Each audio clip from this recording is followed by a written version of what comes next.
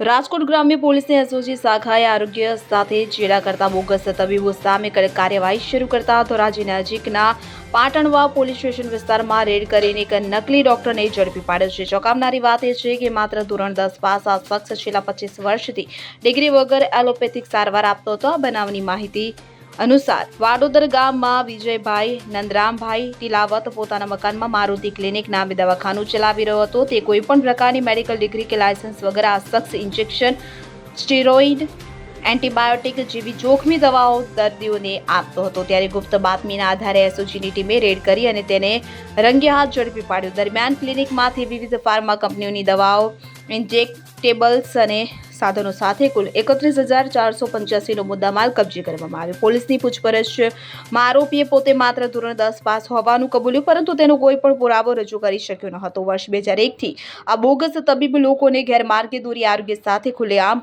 ચેડા કરતો હતો, જેને લઈ અનેક લોકોની જિંદગી જોખમમાં મુકાઈ હોવાની પણ આશંકા વ્યક્ત કરી રહી છે।